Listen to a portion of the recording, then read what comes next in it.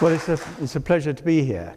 My work as a landscape architect, I've spent all my life working on historic landscapes, not necessarily to do with their accurate restoration, but very often to do with accommodating development and change and new build and so on in historic landscapes.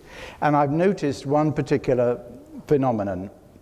And what I want to do this evening is tell you what this problem is, talk through how people responded to it, and then prove that it really is a problem at the end. So the snag is that you are going to have to believe that there is a problem, although it seems most unlikely that there is a problem, okay? So you're just going to have to bear with me. That was all very complicated. The problem itself is easily expressed. If I go on one. This is France, by the way, not Britain. The problem is, I call the front door problem, okay? And maybe it's a particular problem for England. If you design a classical house, Baroque house, a Palladian house, it tends to be symmetrical, does it not? And in the middle, one would put the front door, okay? Are you with me so far? And if you're trying to design a landscape to go with a classical house, the instinct is going to make it kind of symmetrical about the front door, so that the house sits nicely in the landscape. And this, of course, is what happens at Versailles. We're now at the far end of the Grand Canal, and the house is so far away, the palace, I should say, is so far away you can't see it, but you get a sense of the vast scale of the canal from these little people here. And this sounds all very well, but the front door problem in England is that if you're going to see the wonderful view from the front door, you have to have the front door open. If the front door is open in England, the wind is going to be roaring into the house, you're going to get covered with rain, soaked with rain. In short, there's a problem, okay? So that's the problem I want to present to you. Then I want to show how architecture seems to me to have tried to deal with the problem. And then at the end, I want to show you that there really is a problem, all right? That there was really perceived to be a problem.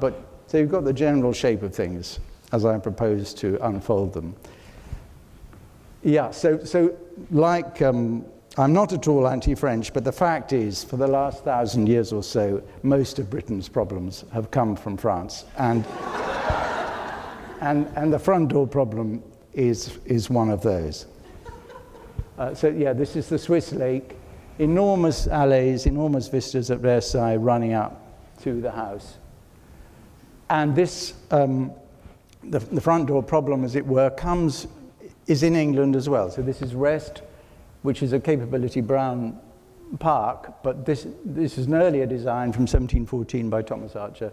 And the photograph is taken from the house, so there's the long canal running down to the pavilion. So the problem existed in England. And here's Wimpole, another Capability Brown landscape with a huge avenue, 3.5 miles long, made by Charles Bridgman, but again inherited and retained by Brown. Now here I should pause again. I'm mostly going to be talking about two English designers. Lancelot, known as Capability Brown, 1716 to 1783, and his successor, Humphrey Repton, 1752 to 1818. So he starts work in 1788, 5 years after Brown dies. He realizes there's a gap in the market. And the odd thing about Repton, just to mention him now, is that he's hugely influential on American design, hugely influential, and yet I think completely forgotten in America. So influential that when the Association of Landscape Architects in America was founded in Boston by the Olmsted brothers and others, it was called the Repton Club. And the first book they published was an edited version of Repton's works. And I'll come back to that, but it's an odd phenomenon that Humphrey Repton has been forgotten. I think a lot of the trouble is that he was called Humphrey. Rather, capability has more of a ring to it, I think. It's slightly more memorable. At any rate, I will be reverting to Repton as we go along. But one of Brown's earliest work, 1747, is Wootton House, where some of you I know have visited and where Julie and I got married. And I've been working there for about 30 years. And here you see Brown trying to, at a very early stage, falling into the front door problem trap, because there already was this avenue running out from the house. But if you can bear reversion to a map briefly, there's the house. And Brown actually added these extra statue of Mars, an urn, statue of Jupiter, and a view to Chiltern Hill, which is where the family, the farm, it's a great big medieval building that the family had come from up on the hill. But the problem with that was that you only get this view absolutely of the 5 vistas running off if you're absolutely standing on the threshold of the house. You have to have the front door open to see the view. And as soon as you move forward just a yard, it's gone, you know. So as a piece of design, it looks great on paper, but in real life, it's a non-starter. It doesn't work. So a first solution to the problem, Brown came up with at another landscape he was working at the same time, Croom Court. He started a couple of years later. Here again, this is National Trust now, some of you may have been. And here, ignore these clumsy drawings, but here's the house, and again, you've got buildings set out more or less formally around the house. But what he does, he designs the house here. And so the first solution is to put a portico onto the house. So here's a first great architectural solution. And the portico is obviously a Greek idea in origin, but it was a very handy thing to have on the entrance front of a house, so that the butler, think Downton Abbey, you know, the butler would come out to welcome the guests and would be sheltered from the rain when he lets them into the house. But this is not on the entrance front, this is on the back front. And this portico area was called, at Croom, was called the pavilion. And it used to be equipped with tents, canvas screens and so on. And they would sit out here on the portico, which meant that the front door could be kept closed and they would sit in front of it. So I hope you're getting a sense of what I'm trying to do, which is to take ordinary tropes of classical architecture and show how they might be used and might have been adopted to solve a very practical problem. Brown also puts this bay on here, and I'll come back to that. But to my mind, it's a really, I mean, I hate to say it, Brown is a titanic figure in the world of landscape, but he was a lousy architect.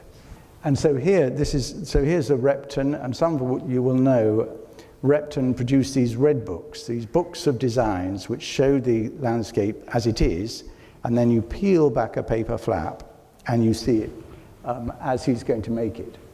And that's rather nice, because that's the existing view, and he is going to turn the portico into a kind of outside room with a railing, a carpet, and the ladies are perfectly content, and the railing keeps the deer and cattle and things from coming up to it. So this is the portico becoming an idea, a means of enabling you to enjoy the view without having to have the front door open. Yeah, okay, so this is another Repton. This is Moggerhanger working with Sir John Soane, the most severe, austere neoclassicist architect. He didn't get on with Repton. But it's a very bizarre looking house. And I want you to look at see the veranda in the front. This is Repton's proposal, 1798. Here's the existing house. These are the tongues of the flap that you peel back to see his first idea for the veranda. And what this awkward photograph here, I'll shortly explain to you, but you can see the veranda is intercolumniated. In other words, the windows fit between the thing. But if you stand right in the middle of the house, and this photograph is taken from this point, at a very early stage in the work we did on reconstructing the house and the landscape. So these are all means of keeping the local lads from destroying the house. But behind every upright of the veranda is a tree. Do you see that's a stump regrowing from a tree, a copper beech. I'll come back to that one. There's another stump there, and then the cedar behind that one. So what you're seeing there is that the portico is becoming the means of creating out of a panorama, which is this great long view, it's creating a whole series of vignettes. And a vignette was a kind of technical term for a picture without a frame at the time. It meant a picture without a frame. So you had these columns, but then the line of the column is softened by the tree behind. The leaves of the trees conceal the column. So you're starting to see how seriously people are thinking about columns and verandas. This is 1798. And the design is much cleverer than it looks. It was clever enough until I pointed it out, no one had noticed this, because the trees are standing on a ha-ha. A ha-ha is a hidden fence. You know what a ha-ha is, perhaps? But the ha-ha is not square onto the house, so the trees are not in any way in at regular intervals down the ha-ha, because it's not square onto the house. So you get this quite intricate geometry.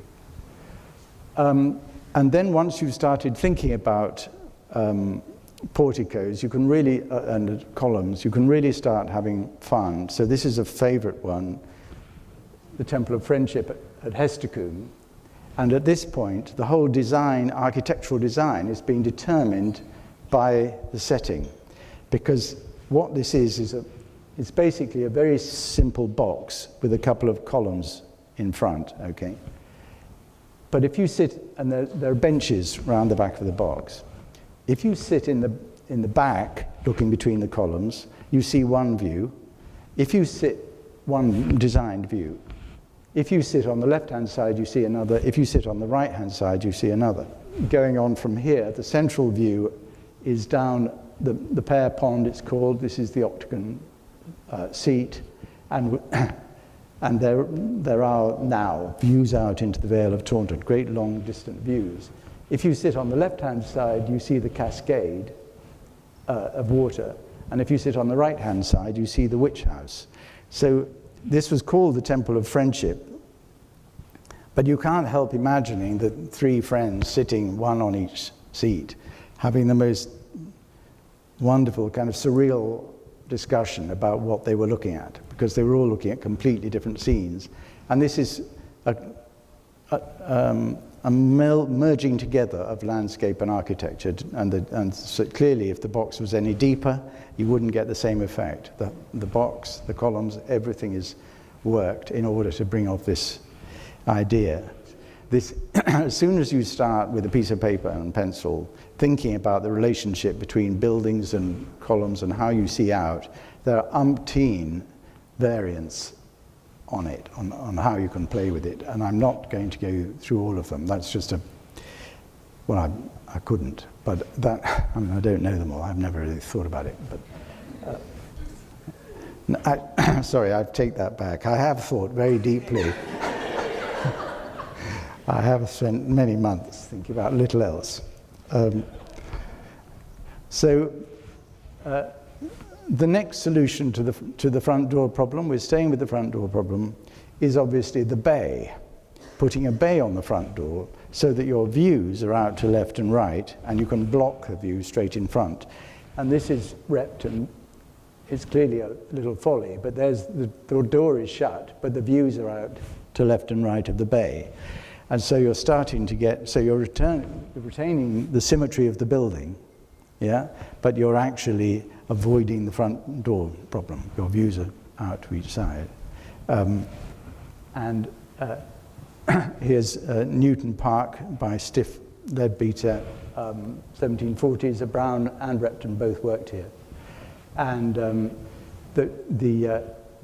the views, this view takes you to the old castle, and this view takes you to Brown's Lake, and this view doesn't take you anywhere at all. It's a dud. The next thing is that what you can do is put readopt the piano nobile, and you probably know that in the 18th century in England, the tendency was to want to bring the main rooms down to ground level, and there are many discussions about why this happened. Marc Girouard, who you may have come across, he has one idea. Repton himself had another idea, that it was by bringing the views down, bringing the rooms down, you give yourself much more control over the landscape. The higher up you are, the less you can control what you see. You're just seeing vast spaces, as it were. But if you're down at the ground level, you can control the composition of the landscape very carefully. So that was one factor. Nonetheless, retaining the piano nobile or gallery, which Brown does at Corsham and Burton Constable and stuff, and as happens here at Clarendon, which is a Palladian villa of 1731, is one solution. And I put Clarendon up because people, in 1877, they tried to sort out the problem in another way. And this picture, they sorted it out by raising the earth up in the front and putting on this dreadful porte cochere. And these are the old stairs, and they pushed them forward here. And this was the entry, really, down here. You can see the cars are still there. But this monster has been put in the front. But in principle, you went in there, you went upstairs, and this was the grand room with the views out. So you avoided the open door problem by simply having your main rooms one floor up. So another solution. And you can even, here's Packington, this is the view towards the water. Obviously, if you put your portico upstairs as well, you've got it's a belt and braces job. You're completely covered for it. Here's a picture which rather shows, this is Moccas on the River Wye in Herefordshire, a river famed in the 18th century and still today for its beauty. And here's the house by Keck, and the bay faces out this way. And the point about this picture and the importance of the bay, which is really effective here because the river is on a kind of bend and the house is on the bend. So by looking obliquely, you get these long reaches of water. And the essential underlying point is that almost without thinking about it, people tended to build houses on the top of a slope with the valley falling down to the water in the bottom. And I think partly for drainage reasons, and you could bring water into the house, you could drain the water away quite well. And the houses, if you think about English houses, again and again, they're built square onto the slope. Okay, they're parallel to the slope, if you got me? Just like here. The snag about that is that the view straight out is going to be straight across the narrowest bit of water. And you don't want narrow bits of water, you want great long reaches. And so it's another reason for being concerned about the classical symmetrical house and the view out. If the house is put on the top of a hill, square onto the valley, it's inevitably the view straight out is not going to work. So here at Moccas, Brown works, and then Repton comes along after, and Repton, in many ways, doesn't really get it, and he actually writes in one of his books about Moccas. He says how easy it was by removing a few barrows of earth to show off a view of the river. In other words, Brown had a bank so that from the house itself you couldn't see the river straight in front, and Repton thought it'd be very clever to take it away and show the river, and he kind of slightly missed the point that Brown was aiming for you not to see the river in front. But it's another aspect of the front door problem, if you see what I mean, that you have to try and spread the view away from the house. This is Henningham in Suffolk. The house is here looking down over the lakes, which are by Brown. It's a huge Brown landscape, late, great brown landscape. And this is a rather poor picture in the rain, but here is the great house facing straight out, and a great enfilade of rooms running along the front. So what you get, so another brilliant solution, and this is the first example of it, I think, by Capability Brown, but Repton gets very into it, is all you have to do is turn the house at 45 degrees to the slope, and suddenly the whole problem is removed. So here's the lake, clearly, and amazingly, although from the lake the house is so prominent, if you're in the house you can't see the lake. It's incredible. And it was really interesting, because when I was working there, I said to the staff, well, where can I see the lake from the house?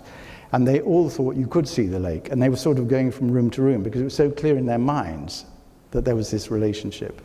But in fact, these two windows here are the library windows, and were always blind. We've got the original plans, and they were always pretend windows, so you couldn't see the lake.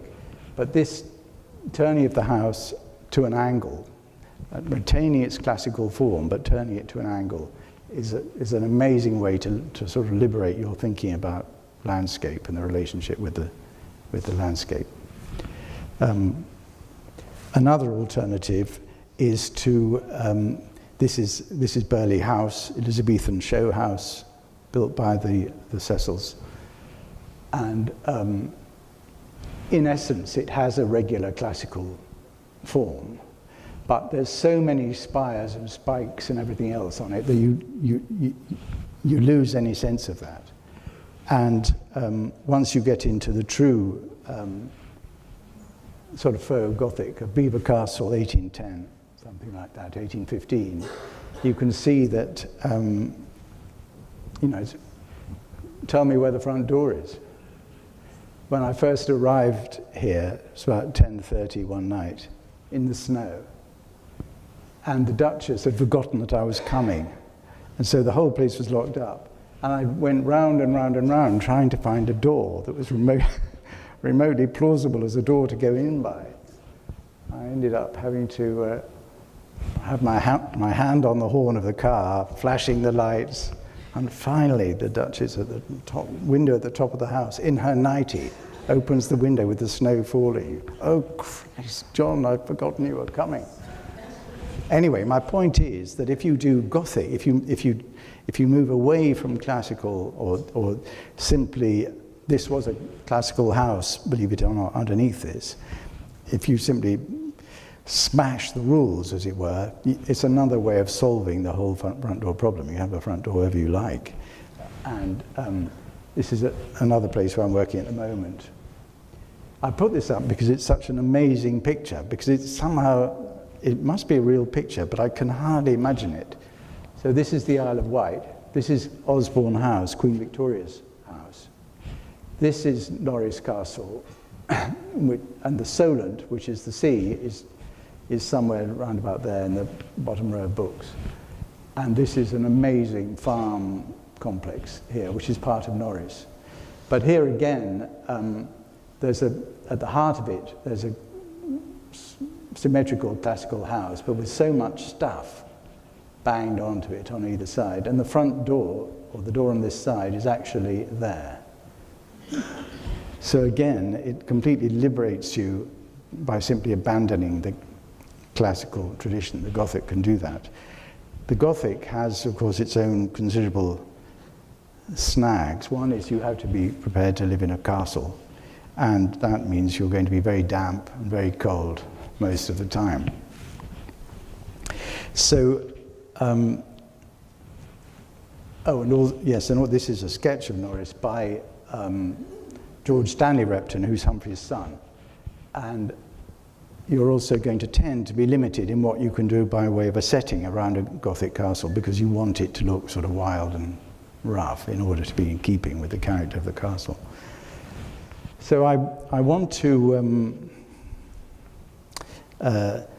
this is going to appear like a little bit of a diversion, but I'm now moving to the eventual and final telling solution of the front door problem, which is the cottage.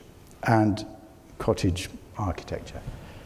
In 1717 or so, this is built, which is at Stowe, Buckinghamshire, and Stowe is regarded as the most important, most influential garden in the English style that was made because everybody worked there. And that, yes, this was the New Inn where you came to stay when you were going to look around the gardens. It was a sort of very early hotel. But the actual front of the building that you see from the gardens is the back of the building. This is really the front. This is because next to it, which you see from the gardens, are the blacksmith shop and the blacksmith's workshops and so on out the back, because they were creating in 1717 a kind of mock village, but it was a real village. It had a real blacksmith in it. It had real things going on, but it was deliberately built to look like a village, whereas the rest of Stowe, of course, is wonderful classical temples and so on that are one of the wonders of England, I think, today. So there was an idea about the cottage, and Brown, Capability Brown, who worked at Stowe for 10 years, he lived in the Boycott Pavilion, and he would look straight down the West Terrace for a mile and a half or something, and this village, this sort of mock village was at the far end. And of course, in France, this is 1770s, you get this idea of the village, the cottage, emerging. Marie Antoinette, Betty Trianon is famous for it. But these were pretend houses for the gentry to go and live in, and they were extremely ornamental inside. They're not, we can set them, that's France. We have to try and set France to one side. And nonetheless, there are cottage-like buildings. This is the Swiss cottage at Ensley in Kent, which was clearly built for the pleasure of the family. But I want to set those aside as well. And if you go to Blaise Hamlet, which amazingly is still completely intact and is more or less in the middle of Bristol. And it's so wonderful as a place. It's owned by the National Trust, but they never advertise it. They never encourage people to go because it's tiny and so precious and so amazing. And these houses are designed, well, all the drawings are really by George Stanley Repton, who was working for John Nash, who was Humphrey Repton's partner, sort of. But these were for workers. They're wonderful buildings. They're nothing to do with classicism, I hope you'll agree. And this is the Roundhouse. They're wonderful buildings, and almost immediately they became hugely famous and celebrated, and everyone went to see them. But they missed a serious point, that they were for the workers. And you can't, and somehow it was belittling the dignity of the workers to put them in cottages like this. Because if you lived in a cottage like this, even today, if you lived in one, you might feel you had to have the right hat and gloves and a clean apron just to go outside. Do you know what I mean? It's trying to tell you that you should live in a certain kind of way.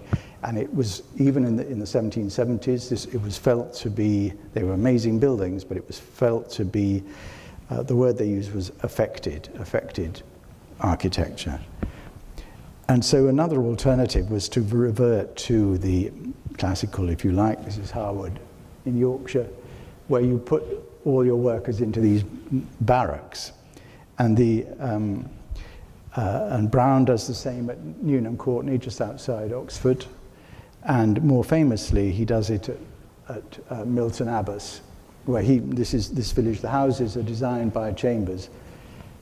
And it may be that Milton Abbas is the first architect-designed village using entirely vernacular materials. It's thatch and cob, mud and chalk and thatch. And here it is today. It's extremely photogenic, wonderful, beautiful village with a wonderful, the main street is a wonderful S shape with the church at the bend, the perfect serpentine S winding up through the valley. It's a beautiful place to go. But fundamentally, these villages were no different from the early industrial villages, such as Cromford, where Arkwright had his mills, the beginning of milling and in industry in textiles. And I think my point is partly that agriculture was being seen, new agriculture, modern agriculture was coming in, the agricultural revolution had taken hold, as being another form of industry. So these houses, were going to be another form of industry. But again, it was felt that these were demeaning to the working man and woman. They were described at the time, Milton Abbas, the cottages, as places that, where it seemed everyone living there had seen better days. They'd all fallen on hard times, because so clearly, if you live in a cottage like that, you are staff, you're working for the great owner, and to some extent it's the beginnings of the Downton Abbey hierarchy, where there's the Lord someone or others at the top, and there's a hierarchy all the way down, rather than what had been the case, which was a confederacy of yeomen, all of whom were independent, and anyone could talk to Lord so-and-so if they happened to meet him in the street, because they all had their own acre or 2 acres to play with. And Brown himself seems to have been aware of this. So, to an amazing degree, if you go to a Brown landscape, you find that he saves at least one old cottage. And this one, Green Walk Cottage, is in the pleasure ground. It's very near the big house at Milton. And it's just left. It's an ordinary cottage. It's cob and thatch again, but it's in the middle of the garden. And he does this again and again. And I still can't say I really understand what it's about, but it has something to do with some quality of the cottage. And here, having built this model village at Milton Abbas, he then eventually, at the end of his time at Milton Abbey, this is an ordinary village of Hilton, and he brings his woods right round the back, so that Hilton, the village, is brought into the park, just with its ordinary houses. So we see the same trend in Repton, where here's 1794, he has a farmhouse and he wants to make an entry to the big house. Wentworth Wood House is the biggest private house in England ever made. It's a fantastic, enormous landscape in Yorkshire. And so in 1794, he's wanting to replace it with an arch and a sort of mini Harwood, regular buildings, symmetrical buildings and so on. And then by 76, he's taking a cottage and he's leaving it pretty well, putting in a gable and putting in a trellis and leaving it. So suddenly the cottage is taking off as a form of architecture. And this, to some extent, this is the Woodman's Cottage at Blaze by Repton. Here's his red book showing the design, and here's the cottage pretty much exactly as built. And this really became the model for cottages, and this was described as the natural style rather than the affected style. And many people wrote essays about this in England, about the need to provide housing that was not too grand, not because they didn't want to give people ideas, but because there must be a kind of housing that matches the ambitions and so on of the yeoman, brings back the yeoman. So they had this, so part of their political character was the degree of irregularity they had. And when Olmsted came to England, he came 5 or 6 times to England studying or on holiday, or because he was about to get sacked from Central Park. I don't need to tell you about that. But he came to places like Stoneleigh, which had all these, which is another Repton. The drawings are 1825, the cottages are earlier. So he was seeing all these cottages, and they come up again and again. And of course, to some extent, the cottage is now starting to make its way up through society. So here's essentially Jane Austen's house, a classic house, you might think, but there's irregularity in the windows and so on. It's not quite right. And there's this lovely line in Persuasion where I have to read it out for you to kind of get the joke. It's often the way with Jane Austen. But you see, Uppercross Cottage had received the improvement of a farmhouse elevated into a cottage. You get what a farmhouse is actually much grander than a cottage, but a farmhouse is now being elevated into a cottage with its veranda, French windows, and other prettinesses, because the cottage has become is becoming the fashion, and the cottage is not just the working man's house, but it's making its way up to the ranks, and it will take over from the Gothic and the Classical, as I shall show. So Repton again in Stanage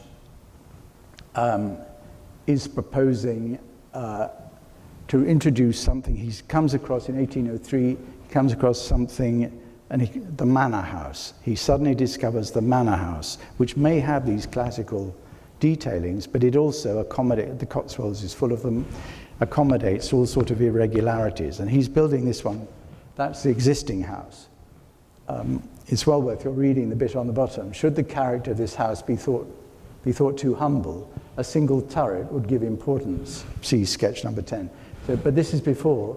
This is his house that's too humble. But it is, you can see that this is a manor house. You can see they're the bones of architecture of all kinds, but it's very consciously been made completely irregular. And this is a kind of elaboration of the cottage form.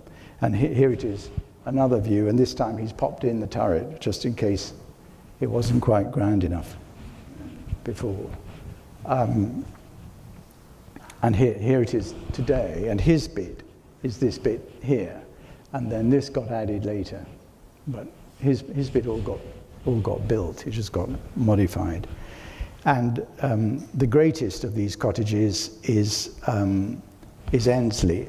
And this is the back door, and you see all these, it's completely irregular and a mishmash, but what it gives you is the front, where suddenly he's broken the mold with the front door problem.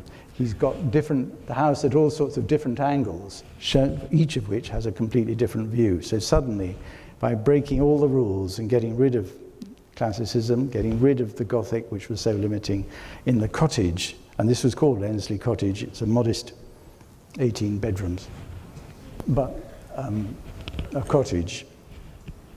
He's liberating the form, and the point about this is that while you can whimsify it a little bit, this is Brown doing something vaguely similar at Woodstock, where he takes the town and proposes to build a wall around it to make it look like an Italian town. You can kind of whimsify it like that. Or this is another of my favourites.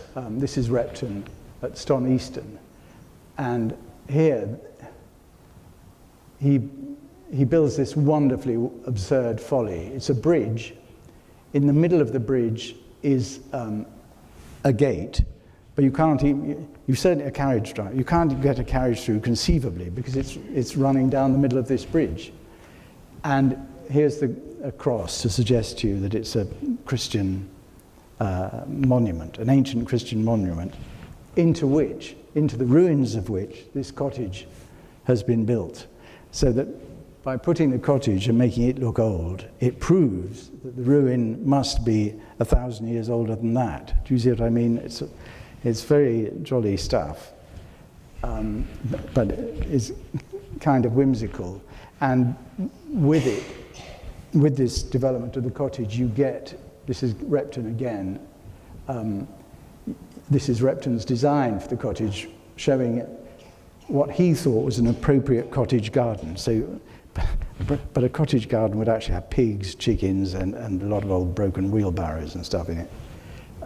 But this idea of the cottage, the Tudor cottage with a kind of appropriate Tudor garden, comes through with Repton.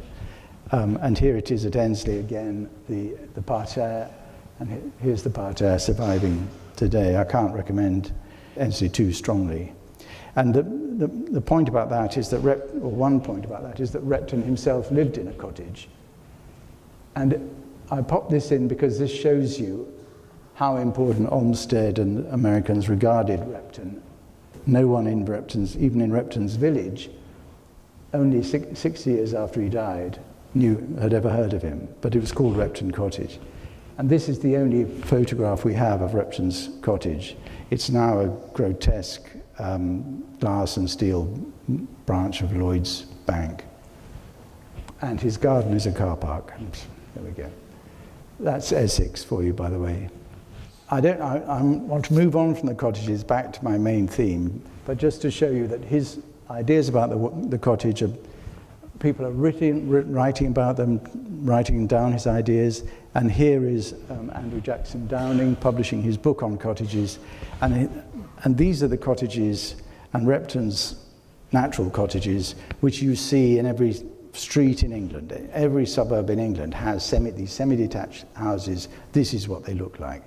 This sort of form, this is what an awful lot of American housing looks like, and it comes straight from this debate about natural architecture, if you like.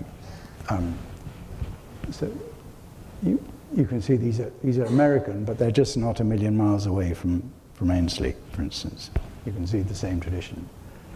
And I now want to turn to my proof that the front door problem was a genuine problem, okay? Or if you're still with me.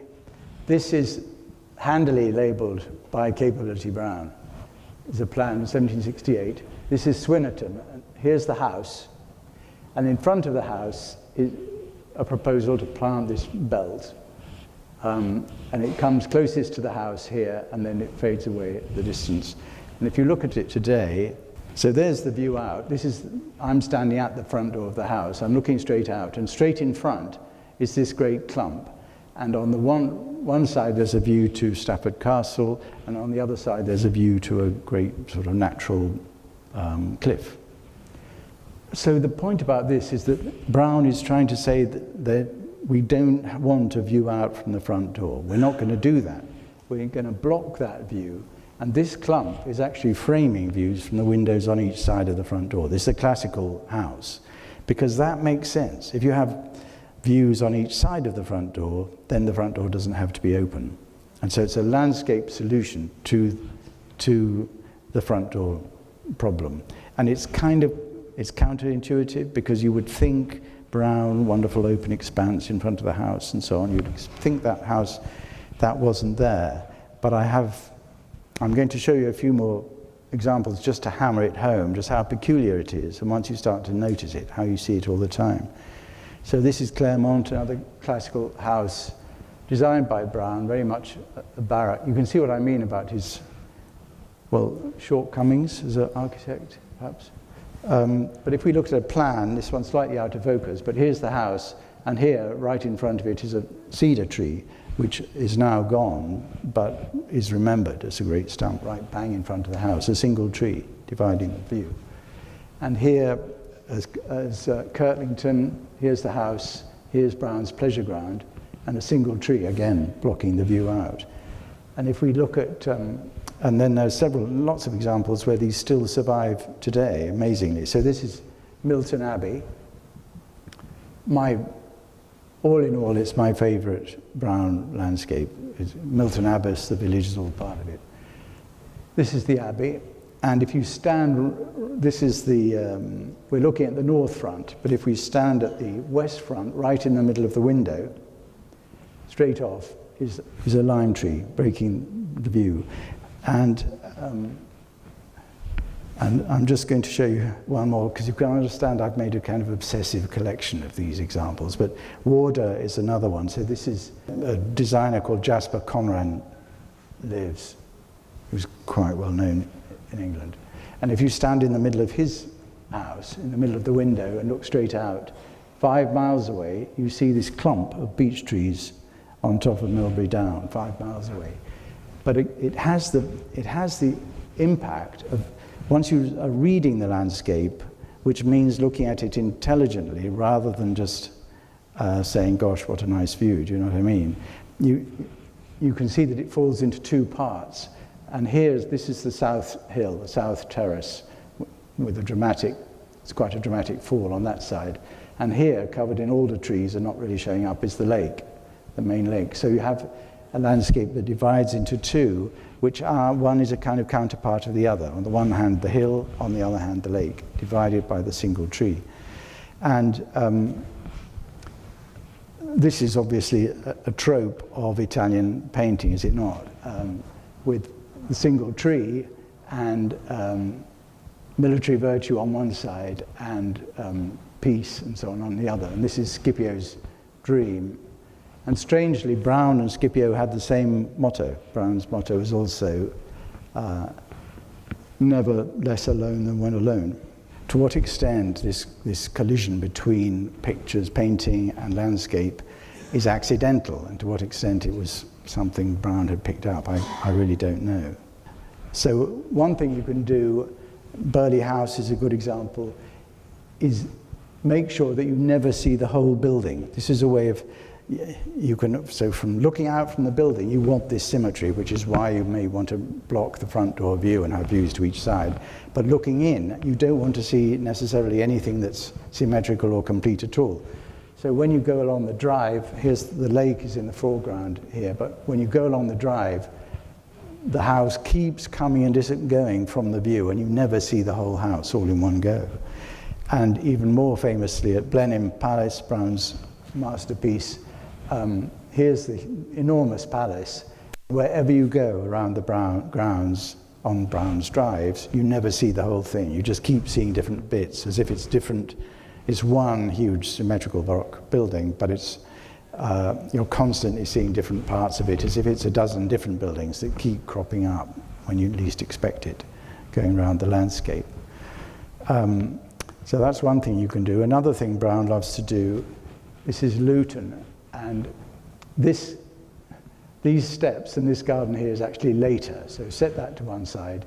But can you see he's dug a valley, an artificial valley here, rising up to the house. So instead of the house being on a flat, he puts a valley in front of it, so the house appears to be on a bit of a plinth, on a bit of a slope. And he does this again and again as a way of, and the valley is always never square onto the house. It's running away at an angle, like at a slight diagonal, so that you get this constant change of slope, slope and shadow contrast. And going on famously to Repton, Repton was faced with this monster of a house at Welbeck Abbey, and his answer was to bury it. Do you see? It's suddenly got 3 stories up to the gable, and it's suddenly 2. And Repton was quite famous for burying houses, because houses, particularly those ones like Brown, they tend to stand up so high off the ground, because by the time you got in the servants' quarters and everyone else's quarters into the ground, they tend to be 4 or 5 stories high. And so burying for Repton was quite a good treatment for a classical type house. And here's the other front, and again you can see the 3 becoming 2. Do you see what I mean? He was very proud of this burying trick, and he did it quite a bit. And so just to finish, these cottages were built at Welbeck in the 1830s. They were definitely based on Repton's designs of 1793, much earlier. And funnily enough, they have an awful lot of the detail I've been talking about in miniature, like the portico, the grand room upstairs, and they are essentially vernacular in that they're not struggling to be picturesque. Do you see what I mean? So that's what I have to say, I think. Thank you.